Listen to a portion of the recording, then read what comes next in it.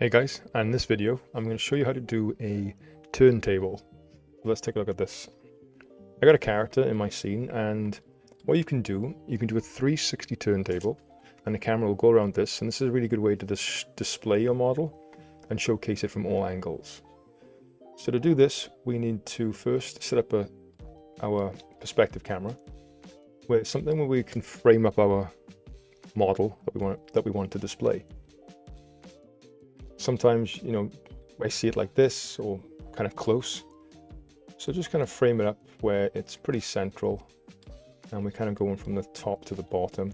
We can turn on our resolution gate, which is this little button up here.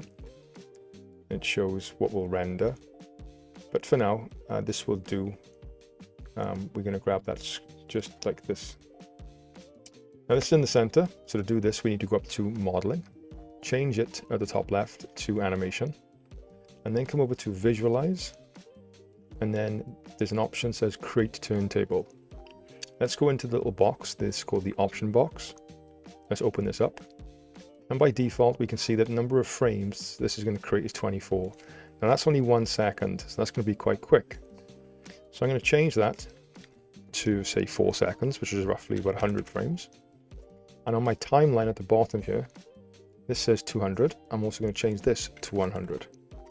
So the number of frames in my animation turntable options matches the number of frames I have on my timeline.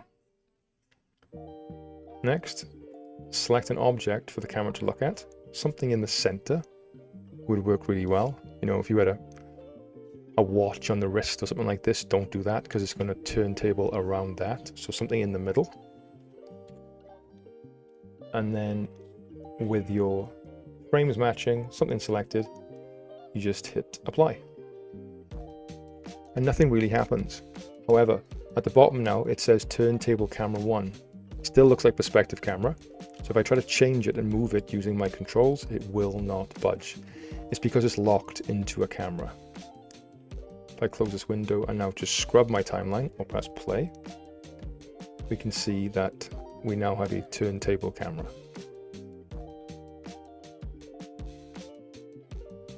Again, if you want it to last longer, you just put a different number at the bottom here in number of frames and change that in the turntable option box in here as well. And if you ever want to come out of turntable camera, you're kind of locked, we can go to panels, perspective, and just find a perspective camera, and also in there lives our turntable camera as well. Alright guys, so that's a turntable. Hope that helps, and remember, keep pushing forward on your creative journey. Thanks.